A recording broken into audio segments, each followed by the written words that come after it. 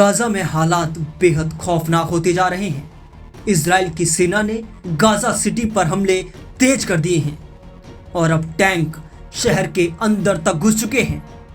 इस वजह से हजारों फिलिस्तीनी अपने घरों को छोड़कर भागने को मजबूर हो गए। टैंकों की गर्जना और उनके गोला बारूद से निहत्थे लोगों में हाहाकार मच गया।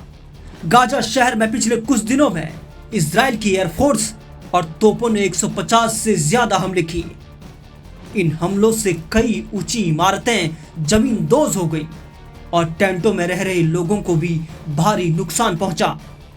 इजराइल का कहना है कि ये इमारतें हमास के आतंकियों की निगरानी में काम आ रही थी। इजराइल ने फिलिस्तीनियों के लिए 2 दिन के लिए एक नया रास्ता खोला है ताकि वे गाजा सिटी से दक्षिण की ओर सुरक्षित जा सके। लेकिन इसी बीच उत्तरी गाजा में संचार सेवाएं ठप हो गईं। इंटरनेट और फोन नेटवर्क बंद हो जाने के कारण लोग मदद नहीं मांग पा रहे हैं और ना ही बाहर निकलने की कोई योजना बना पा रहे हैं। इजरायली सेना का कहना है कि उन्होंने संचार नेटवर्क को निशाना नहीं बनाया और वे इस मामले की जांच कर रहे हैं। गाजा के स्वास्थ्य मंत्रालय के मुताबिक अब तक इस युद्ध में 65,000 से ज्यादा फिलिस्तीनी मारे जा चुके हैं और 1.5 लाख से ज्यादा घायल हुए हैं।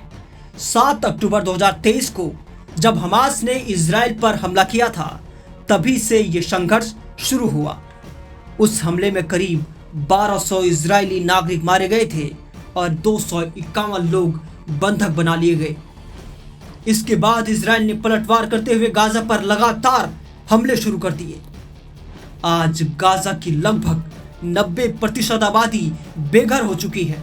हालात इतने खराब हो चुके हैं कि शहर में भूखमरी की स्थिति बन गई है और विशेषज्ञों ने यहां अकाल की चेतावनी भी दे डाली। संयुक्त राष्ट्र और अन्य अंतर्राष्ट्रीय संस्थाओं ने इन आंकड़ों को विश्वसनीय बताया।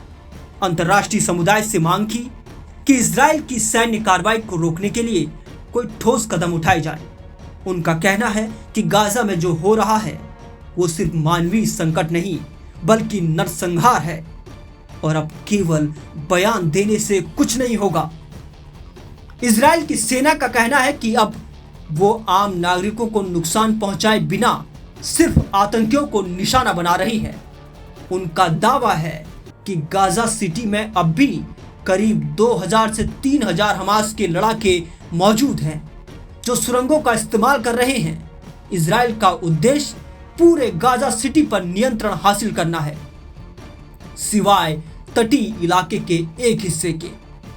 संयुक्त राष्ट्र के मुताबिक पिछले 1 महीने में गाजा के उत्तरी हिस्से से करीब 2.5 लाख लोग भाग चुके हैं, लेकिन अभी भी लाखों लोग वहीं फंसे हुए हैं।